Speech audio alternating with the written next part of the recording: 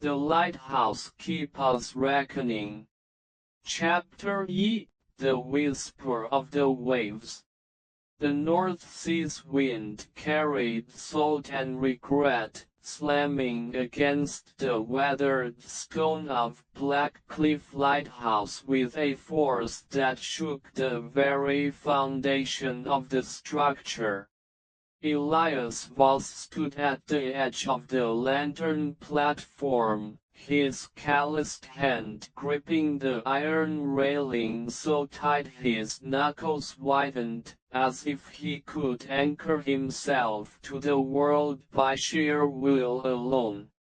Below, the waves churned like a beast awakened from a long slumber, foaming white as they crashed against the jagged rocks that jutted from the sea like broken teeth, rocks that had claimed so much over the years, ships with their cargoes of hope, lives cut short by the sea's fury, and the better part of his own soul, which had been eroded by guilt and loneliness over 2 long decades.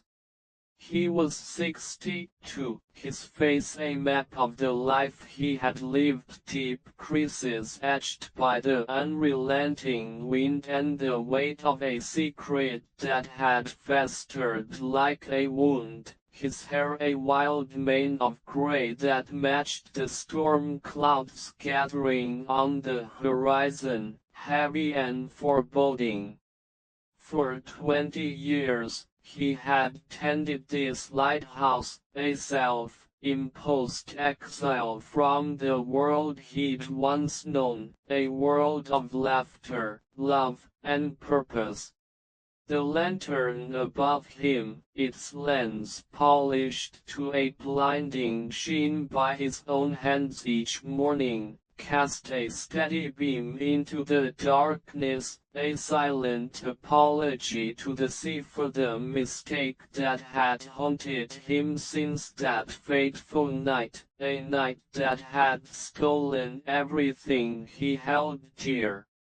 The bell tolled once, deep and resonant, echoing over the water like a funeral knell. It was a sound Elias knew well, one that marked the hour, yes, but also the weight of time, each chime a reminder of the years he had lost, the moments he would never get back. 20 years. 2 decades of watching the tides rise and fall with monotonous regularity, of listening to the seagulls cry overhead as they circled the lighthouse, their calls a mournful counterpoint to his own silence, of reliving that night in his dreams until the lines between memory and reality blurred into a haze of guilt and grief. He turned from the railing, his boots scuffing the wooden planks of the platform, which were worn smooth by years of his footsteps.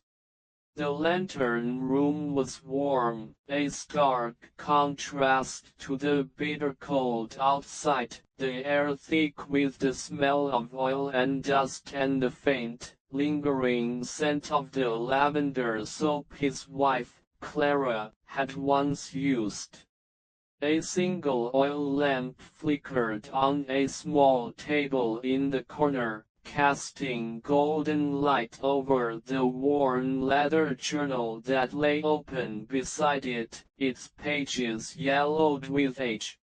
Elias picked it up, his fingers brushing the pages filled with his cramped handwriting notes on the weather, the tides, the comings and goings of the sea, the number of ships he had guided safely to harbor. But between the lines, hidden in the margins, were the words he dared not speak aloud, words that had become a litany of despair. I'm sorry. I should have been there.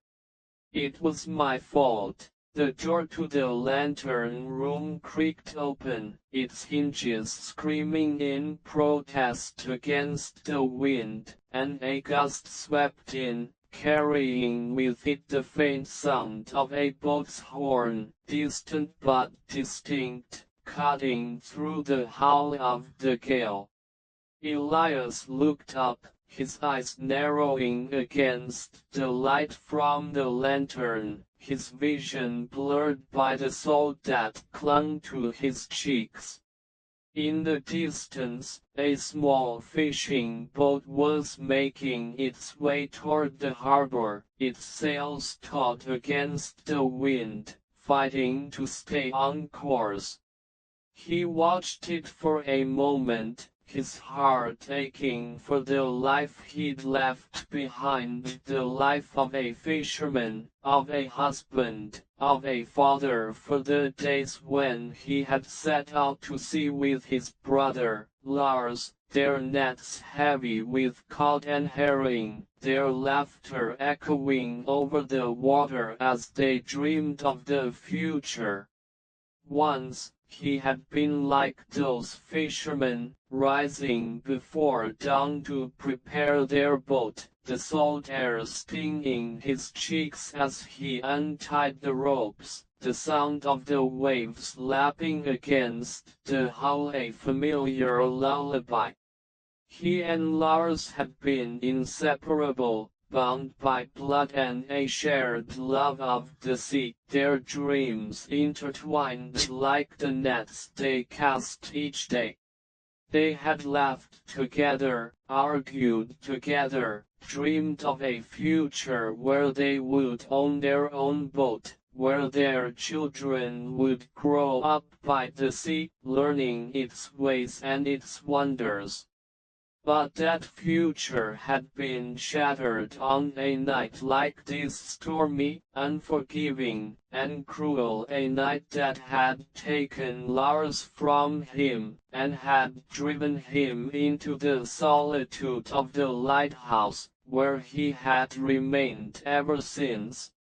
Elias closed the journal, his hands trembling slightly, the leather cover rough against his palms.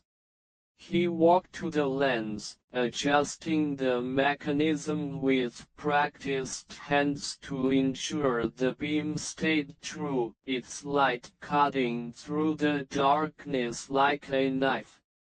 The light was a beacon of hope for any sailor lost at sea, a guiding hand leading them to safety.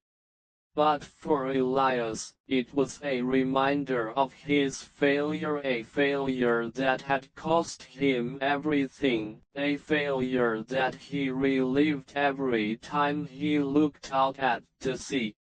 As the wind howled outside, its force rattling the windows of the lantern room, he thought of Clara, his wife, and of little Anna, their daughter, who had been just 3 years old when he had left.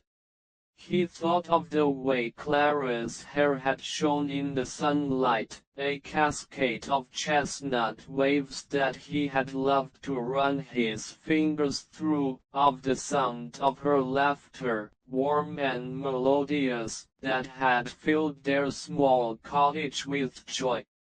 He thought of Anna, her chubby cheeks and bright eyes, the way she had clung to his leg before he had set out that fateful day, begging him to stay, to play with her just a little longer. He thought of the last time he'd seen them, standing on the shore, waving goodbye as he set out with Lars on that trip, a trip that would change everything. He had promised to come back, to bring them home a boat full of fish, to tuck Anna into bed that night, to hold Clara in his arms and tell her he loved her. But he hadn't kept that promise.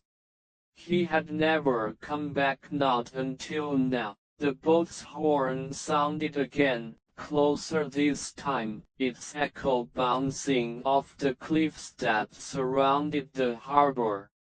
Elias looked out once more, his eyes straining against the darkness, and saw that the fishing boat had reached the harbor, its hull bobbing gently in the water as the fishermen tied it to the dock.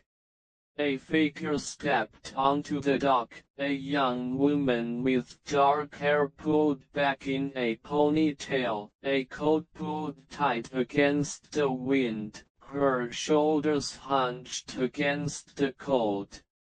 There was something familiar about her, something in the way she moved, in the shape of her jaw, in the glint of her eyes, that made his heart skip a beat. He leaned forward, squinting, and for a moment, he thought he saw Anna all grown up, standing there, waiting for him, just as she had waited all those years ago. But it was impossible.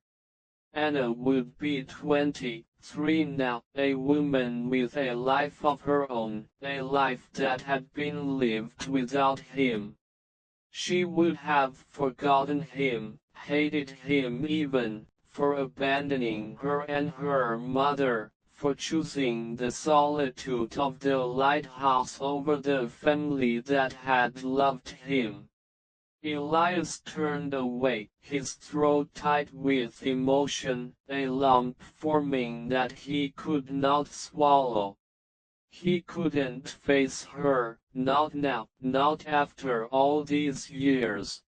He was a broken man, a ghost haunting the lighthouse, a man who did not deserve to be part of her life, not after the pain he had caused.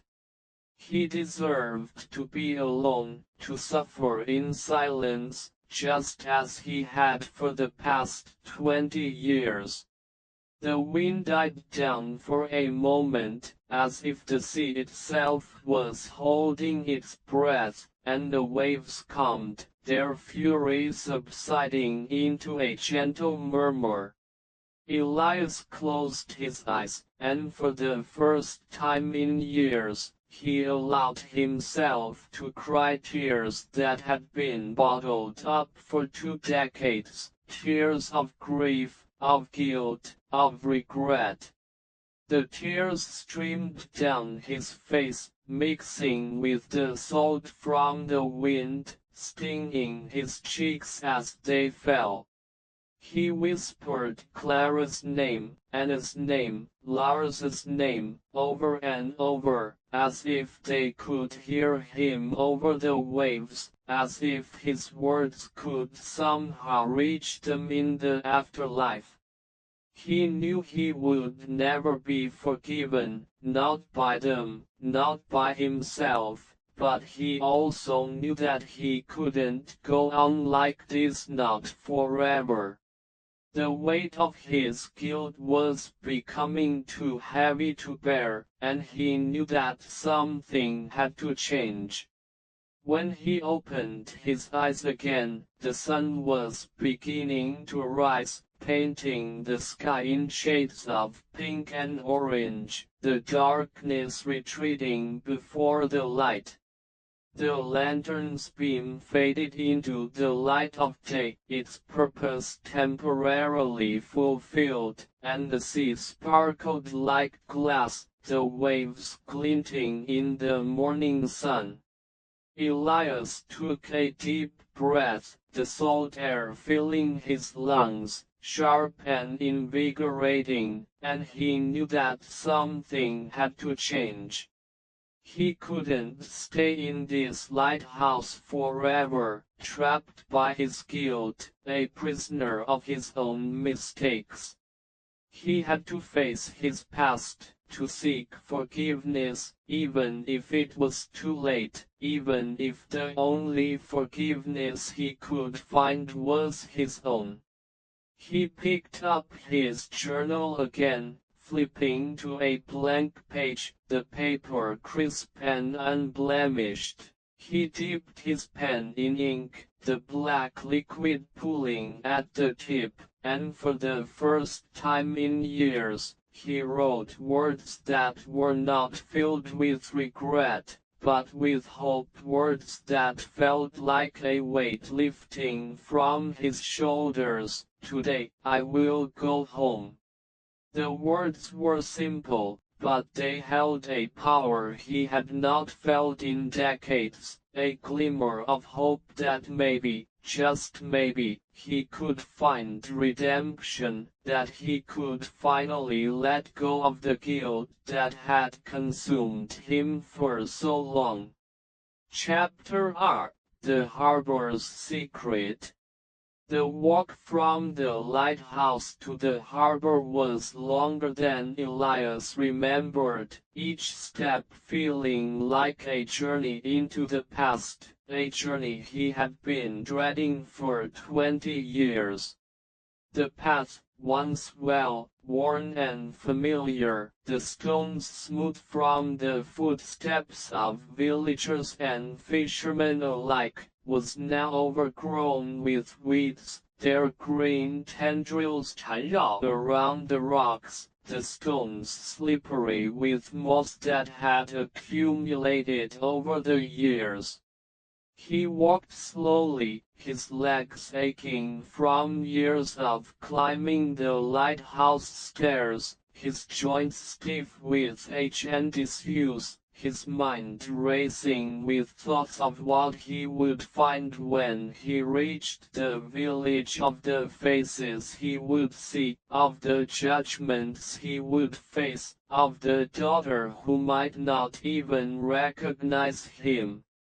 Black Cliff Village was a small, quiet place, nestled between the sea and the rolling green hills that stretched into the distance, a place where everyone knew everyone else's business, where secrets were hard to keep, and where the past lingered like the salt in the air. It had changed little in 20 years, same whitewashed cottages with thatched roofs, their walls adorned with flower boxes filled with vibrant blooms in the summer, same fishing nets strung between posts along the harbor, their ropes frayed with age. Same smell of salt and fresh fish hanging in the air, a scent that was both familiar and comforting, yet painful at the same time. But to Elias, it felt like a foreign land, a place he no longer belonged, a place where he was an outsider, a ghost from the past. As he walked through the village square, a small open space surrounded by a few shops, a general store, a bakery, a pub and the village church, he felt the eyes of the villagers on him, their gazes heavy with curiosity, judgment, and even a hint of fear. They recognized him. Of course, everyone knew the lighthouse keeper who had disappeared after the storm, the one who had left his wife and young daughter behind, the one who had been presumed dead by many, only to be discovered years later, living alone in the lighthouse, a hermit who never ventured into the village. Some nodded at him, their expressions neutral, their lips pressed into tight lines, as if they didn't know what to say, while others turned away, their faces filled with judgment, their whispers carried on the wind, too quiet to hear but loud enough to feel. Elias kept his head down, his hands in the pockets of his worn coat, his shoulders hunched, As he made his way toward the harbor, the sound of his boots crunching on the gravel path, the only sound he could hear over the beating of his heart. The harbor was bustling with activity, a hive of life that stood in stark contrast to the loneliness of the lighthouse. Fishermen were unloading their catches, their voices loud and cheerful as they joked and laughed, their hands stained with fish blood, their nets heavy with cod and herring. Women stood on the docks, their baskets in hand, waiting to buy fresh fish for their families, their children running around, chasing each other, their laughter echoing over the water, a sound that made Elias's heart ache for the daughter he had missed growing up.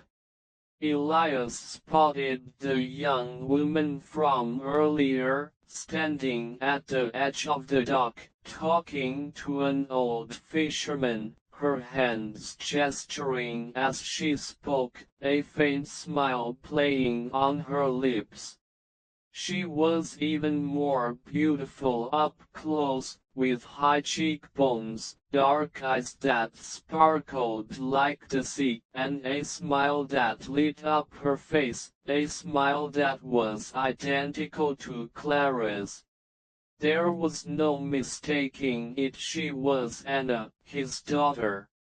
She had Clara's eyes, warm and kind, his own jawline, strong and defined, and the same laugh that had once filled their home with joy, a laugh he had not heard in 20 years.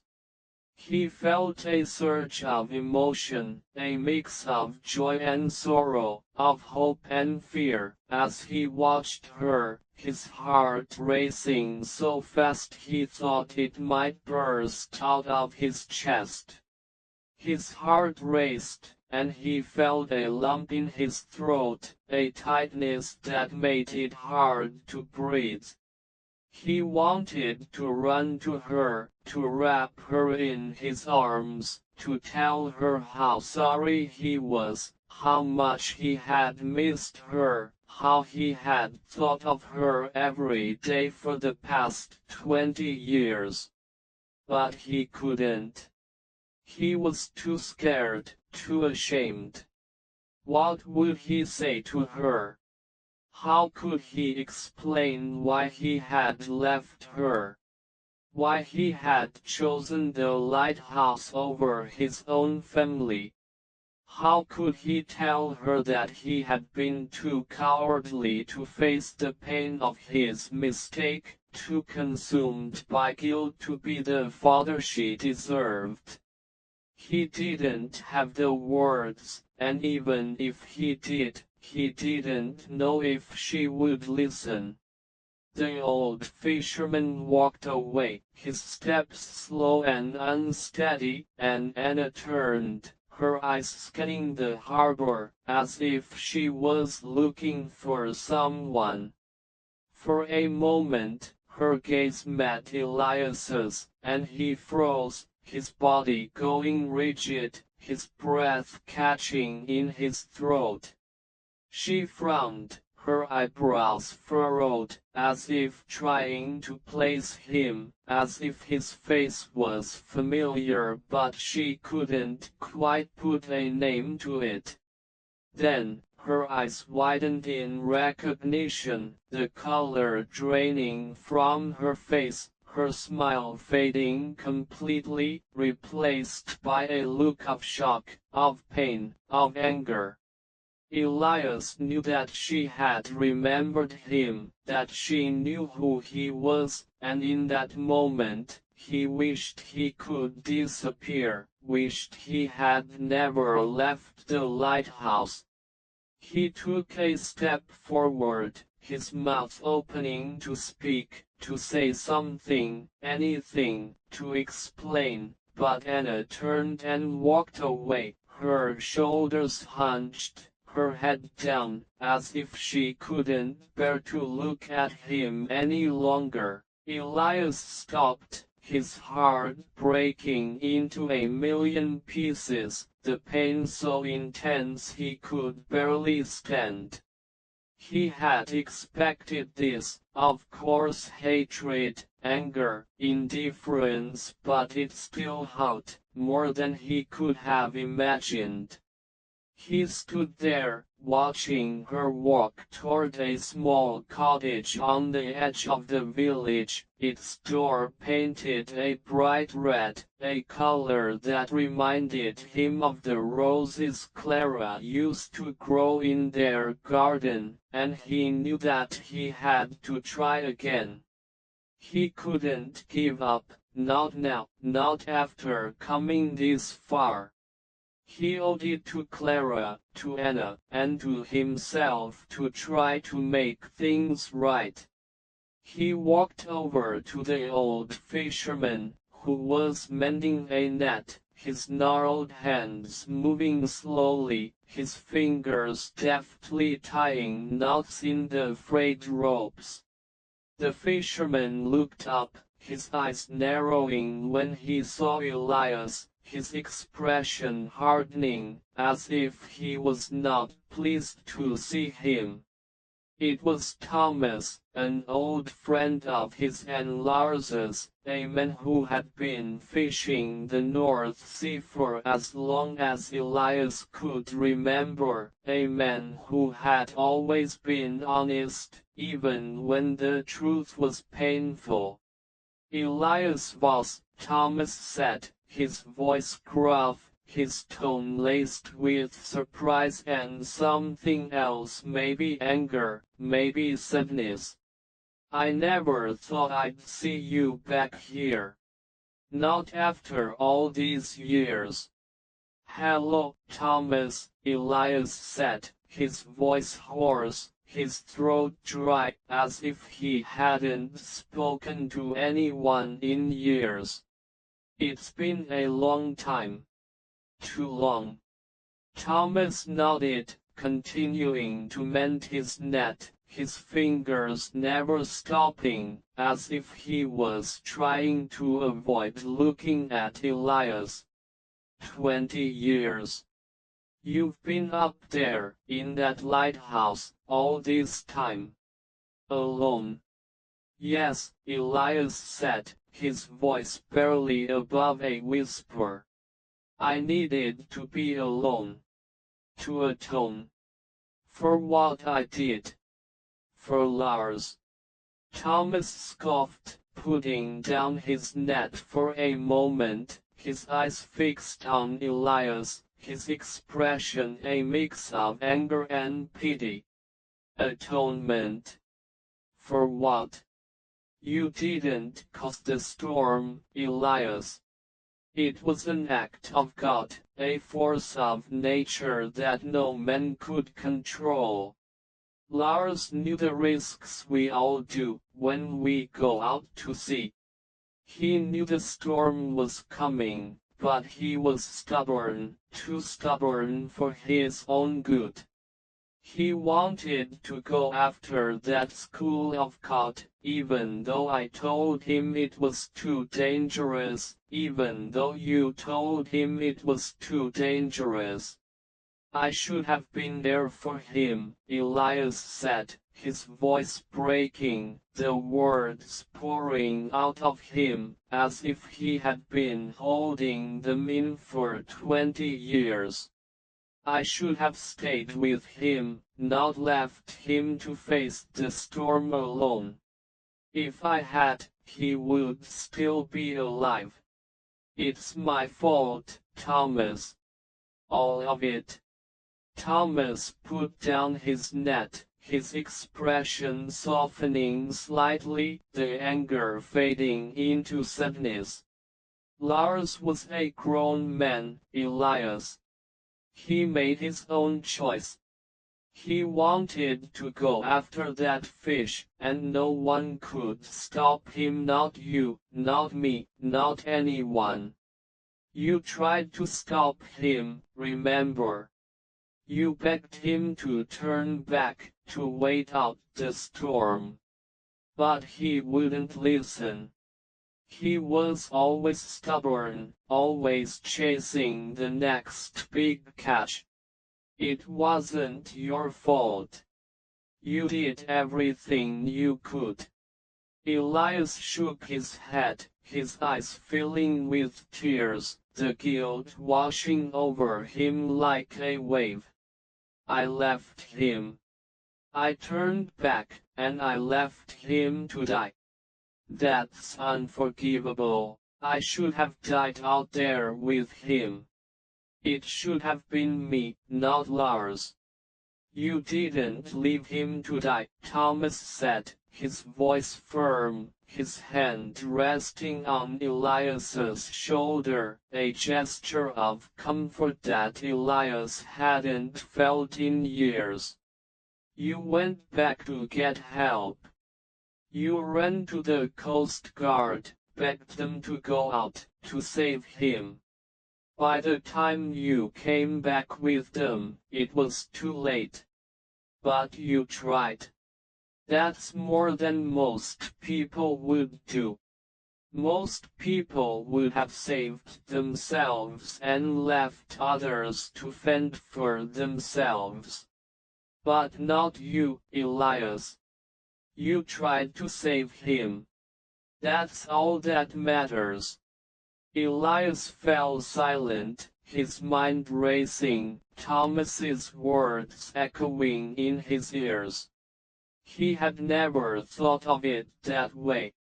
He had always blamed himself for leaving Lars, for not being strong enough to save him, for not dying with him. But maybe Thomas was right. Maybe it wasn't his fault. Maybe he had done all he could. But the guilt was still there, heavy and oppressive, a weight that he couldn't seem to shake. What about Clara? Elias asked, his voice barely above a whisper, his heart pounding in his chest, dreading the answer. And Anna? How have they been? Are they okay? Thomas's expression darkened, his eyes filled with sadness, and he looked away, as if he couldn't bear to meet Elias's gaze. Clara died 5 years ago. Cancer. It was a long, hard fight. She fought until the end, but it was too much. She never stopped talking about you, though. Every day, she would sit on the shore, watching the lighthouse, waiting for you to come home. She always said you'd come back. That you couldn't stay away forever. That you loved her too much, loved Anna too much, to stay gone. Elias felt as if someone had punched him in the chest, the air knocked out of him, his legs giving way beneath him. He collapsed onto a wooden bench nearby, his head in his hands, his shoulders shaking with sobs. Clara was gone. The love of his life, the woman who had stood by him through everything, the woman who had loved him even when he didn't deserve it, was gone. He had missed her final years, her last moments, the chance to tell her he was sorry, to tell her he loved her, to hold her one last time. He would never get that time back, never get to make things right with her. The pain was so intense he thought he might die from it. Thomas stood beside him, placing a hand on his shoulder, his touch gentle and comforting. "I'm sorry, Elias. I know this is hard. I know you loved her. We all did. But Clara would want you to be here, to be with Anna. She's all you have left. She's the only family you have now. Elias looked up, his eyes red and swollen, his face streaked with tears. Anna hates me. She won't even talk to me. I saw her just now, and she walked away. She doesn't want anything to do with me. I don't blame her. I left her when she was just a little girl, left her to grow up without a father. She has every right to hate me. She doesn't hate you, Thomas said, his voice soft, his eyes filled with compassion. She's hot, angry, confused. You left her when she was just 3 years old, a little girl who needed her father. She grew up without you, without knowing why you left, without knowing if you loved her. She's spent her whole life wondering where you were, why you didn't come back. But she's always wondered about you. Always hoped you'd come home. She talks about you sometimes, asks me what you were like, what happened to you. She doesn't hate you, Elias. She just doesn't know how to feel about you. Elias nodded, wiping his tears with the back of his hand, a glimmer of hope stirring in his chest. Maybe Thomas was right. Maybe Anna didn't hate him. Maybe she was just hot, just confused. Maybe he had a chance to make things right with her, to be the father she deserved, even after all these years. I need to talk to her. To explain everything. To tell her how sorry I am, how much I missed her, how much I love her. I need to ask for her forgiveness. Go to her, Thomas said, nodding, his voice firm. She's in Clara's old cottage. The one with the red door, on the edge of the village. She lives there alone, ever since Clara died. She'll listen. I promise. She's been waiting for this day, even if she doesn't know it. Elias stood up, his legs unsteady, his body still shaking from the pain of losing Clara, but his resolve firm. He took a deep breath, squared his shoulders, and walked toward the cottage with the red door, each step feeling like a mile, but each step bringing him closer to the daughter he had missed for so long. He knew he had to do this. For Clara. For Anna. For himself. He had to face his past, to seek forgiveness, to try to build a future with the only family he had left. When he reached the door, he hesitated, his hand hovering over the doorknob, his heart pounding in his chest, his mind filled with fear.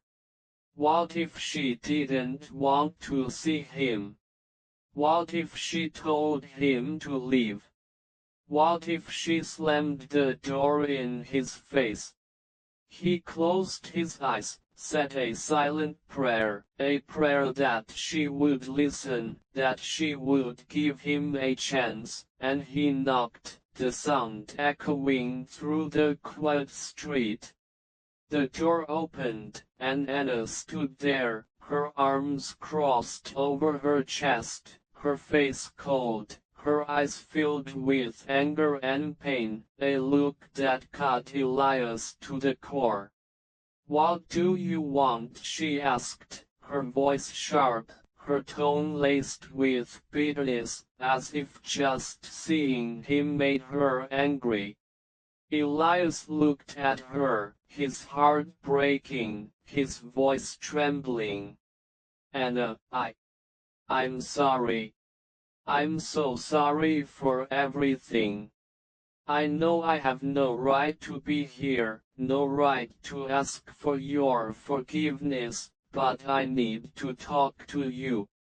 Please. Just give me a chance to explain."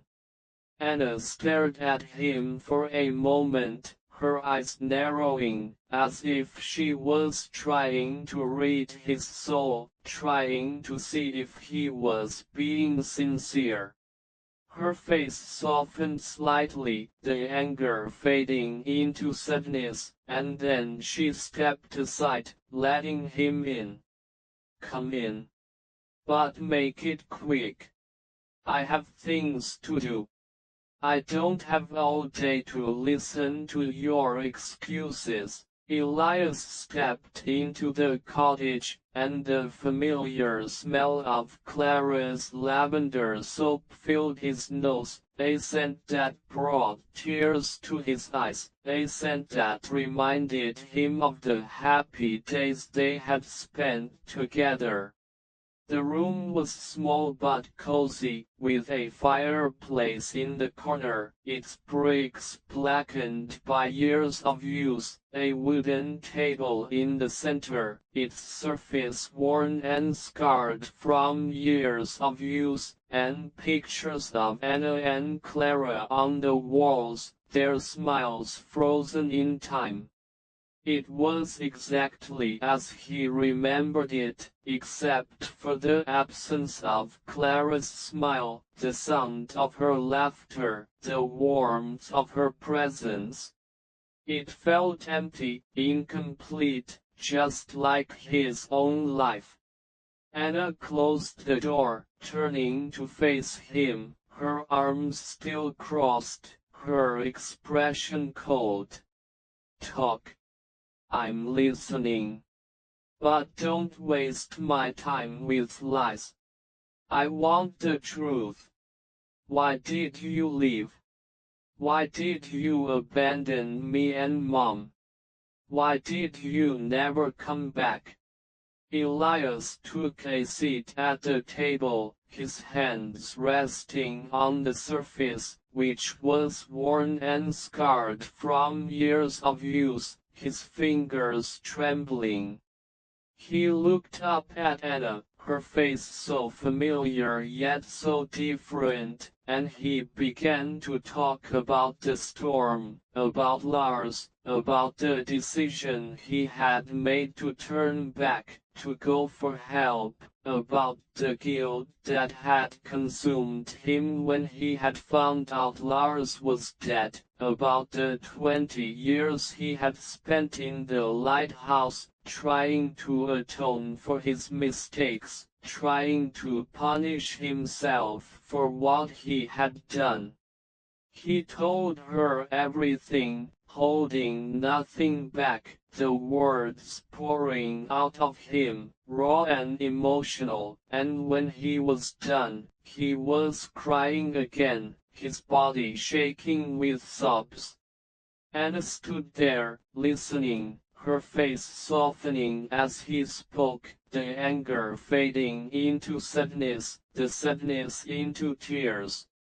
When he finished, she sat down across from him, her eyes filled with tears, her voice trembling. She didn't say anything for a moment, just sat there, staring at him, as if she was trying to process everything he had told her, trying to understand why he had done what he had done. "I always wondered why you left," she said, her voice barely above a whisper, her tears streaming down her face. "I thought you didn't love me. That you didn't love Mom. I thought you wanted to get away from us, that we were a burden to you. I spent my whole life wondering what I did wrong, why you didn't want me. I hated you for it, for a long time. But now I understand. I still don't like what you did. I still hurt. But I understand. I never wanted to get away from you, Elias said, reaching across the table, his hand hovering, afraid to touch her, afraid she would pull away. I loved you. I loved your mom more than anything in the world. I left because I couldn't bear to face you, to face the fact that I had failed you both, that I had let Lars die. I thought I deserved to be alone, that you would be better off without me, without the reminder of my failure. I was wrong. So wrong. You were wrong, Anna said, nodding, her tears still falling. I needed you. Mom needed you. We would have forgiven you. We just wanted you home. Mom waited for you every day until the day she died. She never gave up hope that you would come back. She loved you until the end. Elias reached across the table, taking her hand, his fingers wrapping around hers. Her hand was warm, just like Clara's, and he felt a spark of hope, a glimmer of light in the darkness that had consumed him for so long. I'm home now, Anna. I'm not going anywhere. I promise. I'll spend the rest of my life making it up to you, making up for the years I missed. I'll be the father you deserve, I swear. Anna nodded, tears streaming down her face, and she leaned forward, wrapping her arms around him, her head resting on his shoulder. Elias held her tight, as if he was afraid she would disappear, as if this moment was a dream that would end at any second.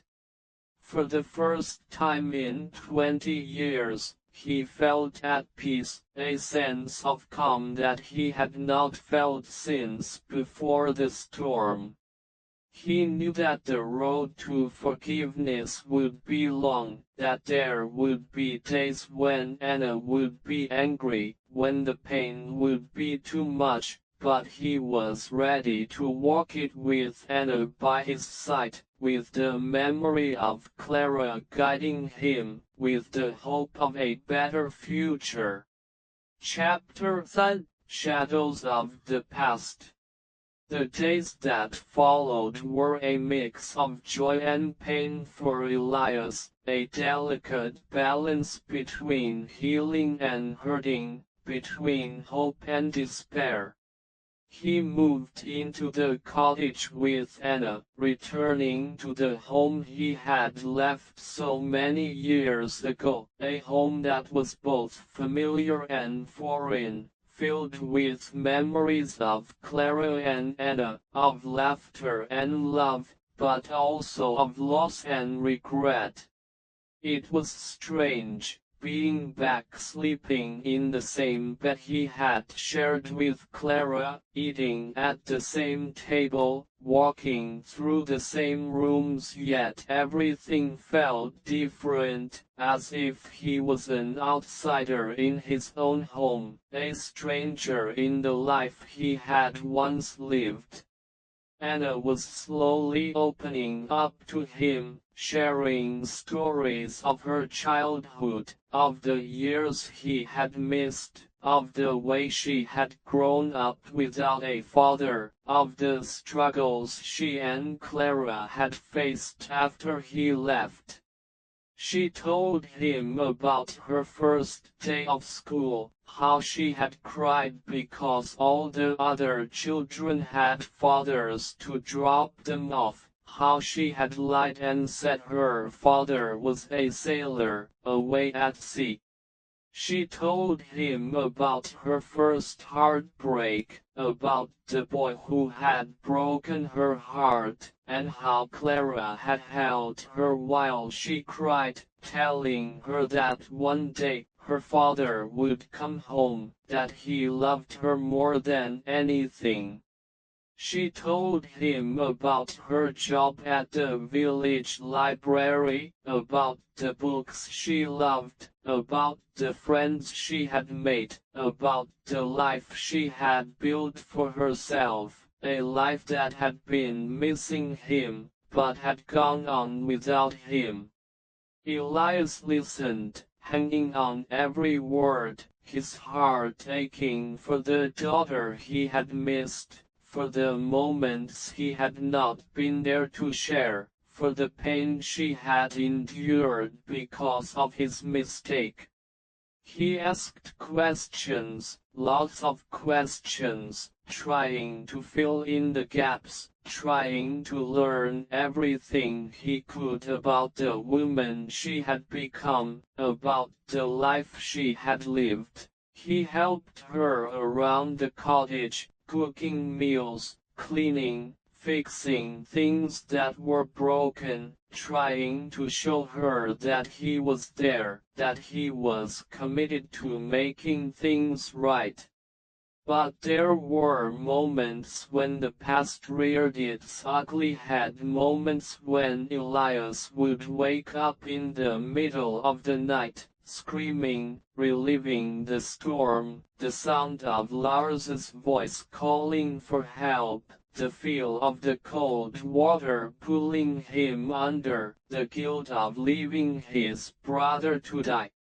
In those moments, Anna would sit beside him, holding his hand, whispering words of comfort, telling him that it wasn't his fault, that Lars would have wanted him to be happy, until he calmed down, until the nightmares faded into the darkness.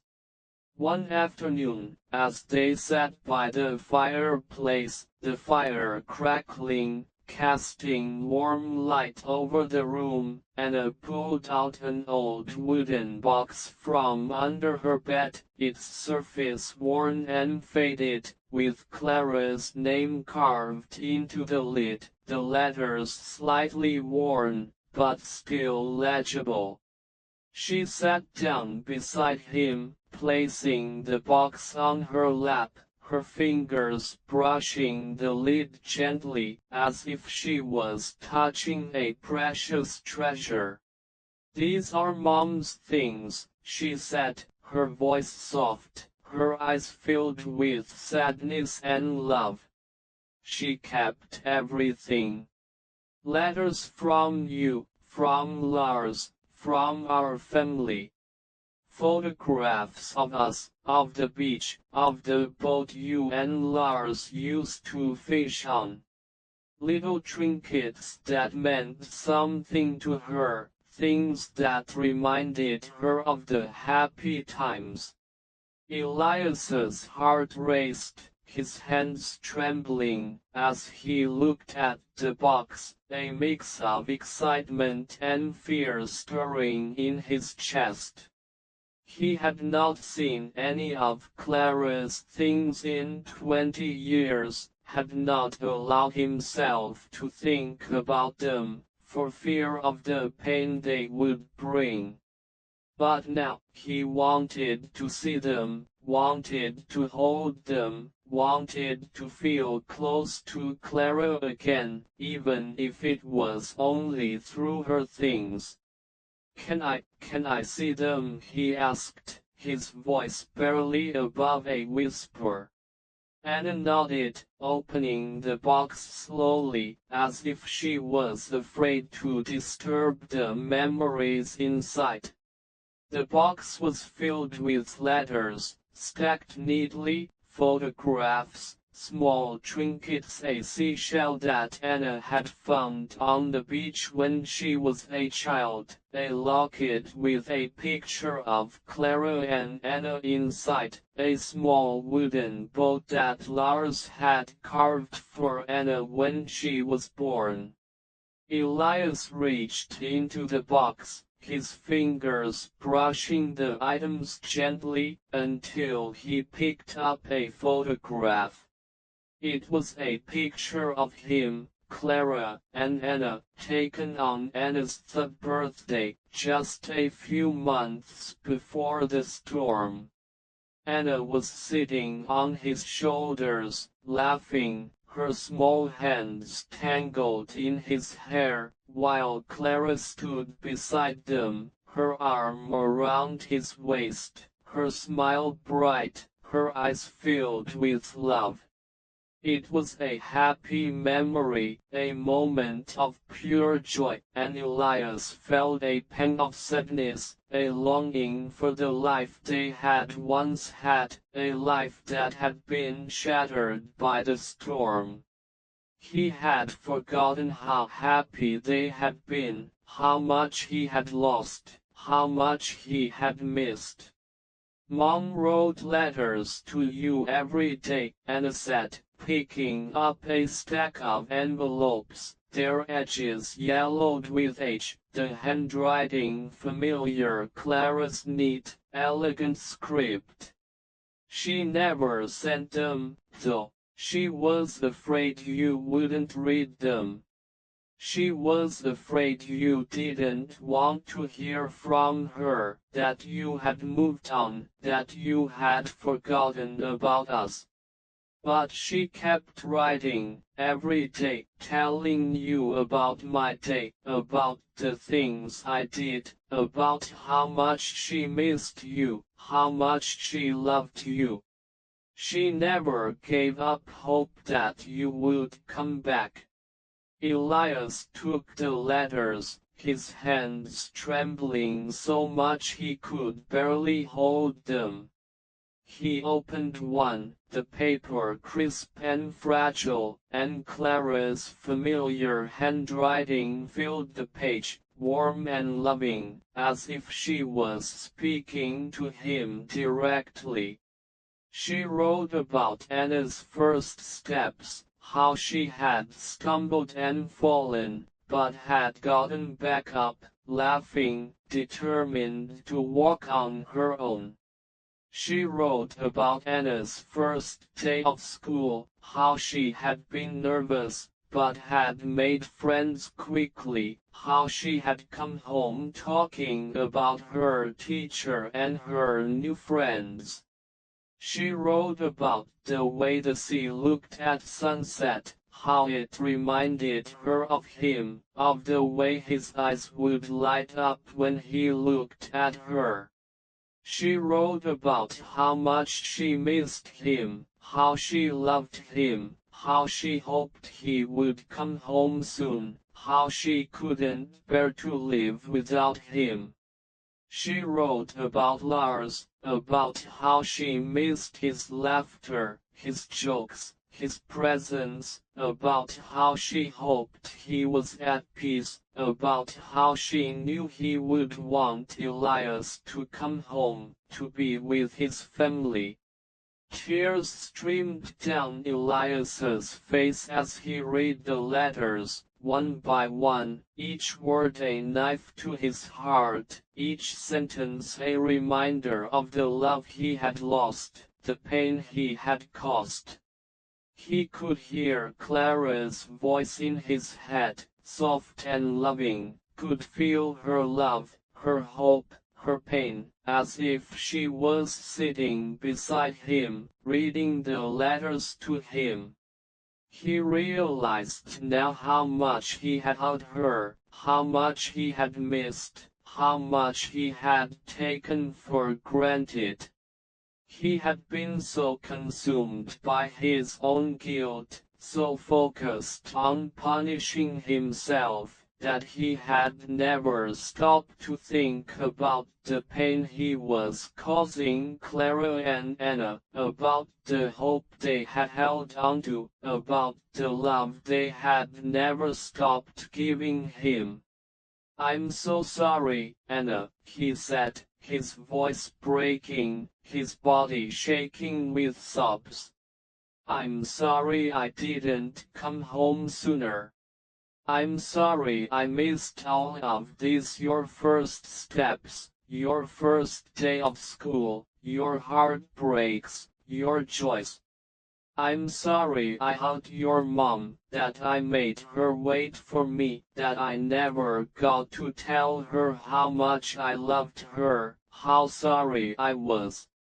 I'm so sorry for everything."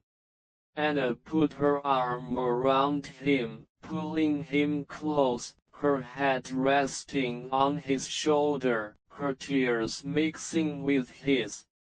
"It's okay, Dad. Mom forgave you a long time ago. She never blamed you.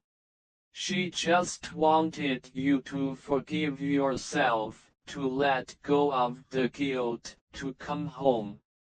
She loved you until the end, and she would want you to be happy, to be with me, to live the life you were meant to live." Elias nodded, but he knew it wasn't that easy.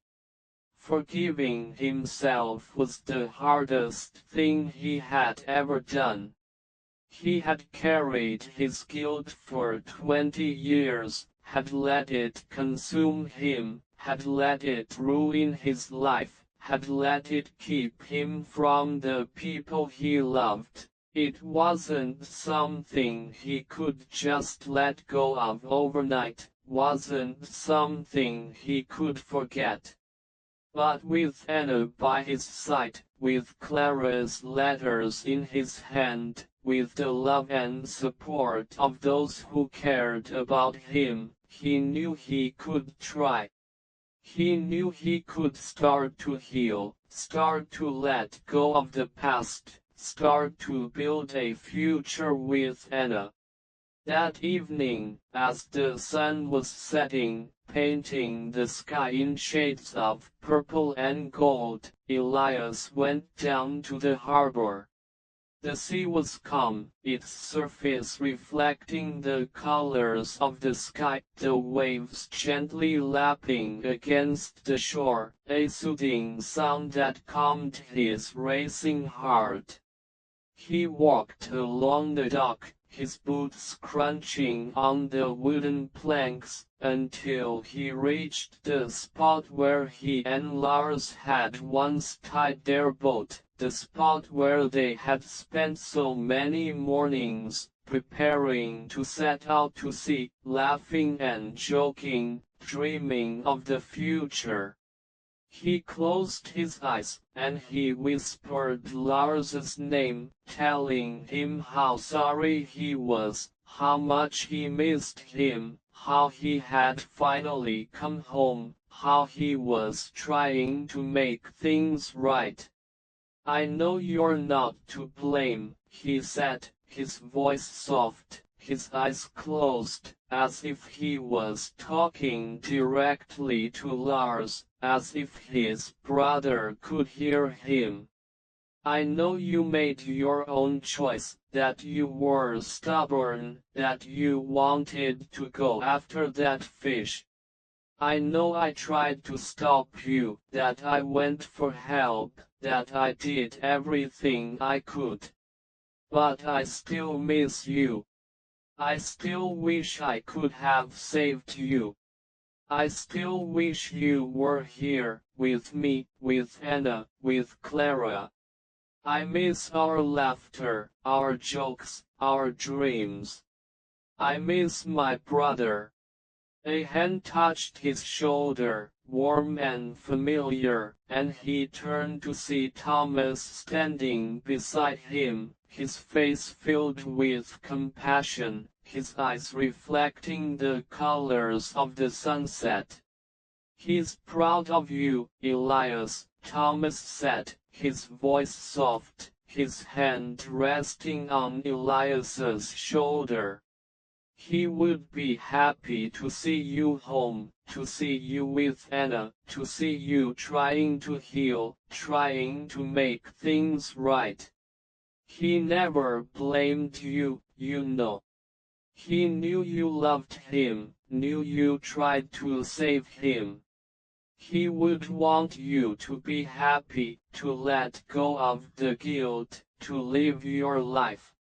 Elias smiled, a small, sad smile, his eyes filled with tears. "I hope so. I hope he can forgive me, even if I can't forgive myself yet." "He is," Thomas said, nodding, his voice firm. "We all are. You've been through a lot, Elias. More than most people can handle. But you're here now. You're home. You're trying to make things right with Anna, trying to honor Clara's memory, trying to let go of the past. That's all that matters. That's all anyone can ask of you." Elias looked out at the sea, watching the sun sink below the horizon, its last rays casting a golden glow over the water, the sky darkening as night fell. He felt a sense of peace, a sense of closure that he had not felt in 20 years. He knew that the past would always be with him, that the guilt would never fully go away, that he would always miss Lars and Clara. But he also knew that he didn't have to carry it alone. He had Anna, he had Thomas, he had the memory of Clara and Lars. He had the love and support of the villagers who had once judged him. And with their love and support, he could finally start to heal, start to let go, start to live again. As he walked back to the cottage, the stars began to twinkle in the sky, bright and clear, and the lighthouse's beam cut through the darkness, a beacon of hope for all who needed it. Elias smiled, knowing that he was no longer alone, that he had found his way home, that he had found the courage to face his past, that he had found the hope to build a future. He knew that the road ahead would be long and difficult, but he was ready to walk it, with Anna by his side, with the memory of Clara and Lars guiding him, with the light of the lighthouse shining bright. Chapter 4: The Lighthouse's New Light. Weeks turned into months, and Elias settled back into life in Blackcliff Village, a life that was both familiar and new, a life that was filled with joy and healing, with laughter and love. He helped Anna around the cottage, cooking meals, trying his best to replicate Clara's recipes, even though he could never quite get them right, cleaning the house, fixing things that were broken, and even helping her in the garden, planting flowers that Clara had loved, roses and lavender and daisies, a tribute to her memory. He went fishing with Thomas and the other fishermen, his hands remembering the feel of the net, the weight of the fish, the rhythm of the sea, and for the first time in years, he felt a sense of purpose, a sense of belonging.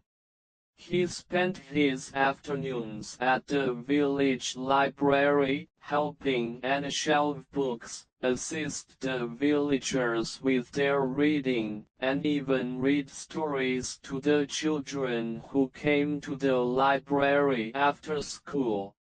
The children were curious about him, asking him questions about the lighthouse, about the sea, about his life, and he answered them patiently, his voice soft, his eyes warm, as he shared stories of Lars, of Clara, of the sea's power and beauty. He was happy, happier than he had been in 20 years, but he still felt a connection to the lighthouse, to the place that had been his home for so long, to the place that had been his prison and his sanctuary, to the place that had taught him the true meaning of atonement and hope.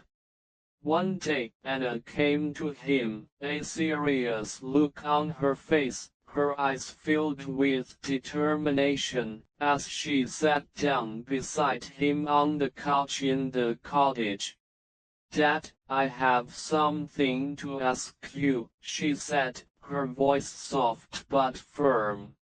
"The lighthouse keeper is retiring. Mr. Henderson, the man who took over after you left, he's getting old, his legs are giving out, and he can't climb the stairs anymore. The village council is looking for someone new to take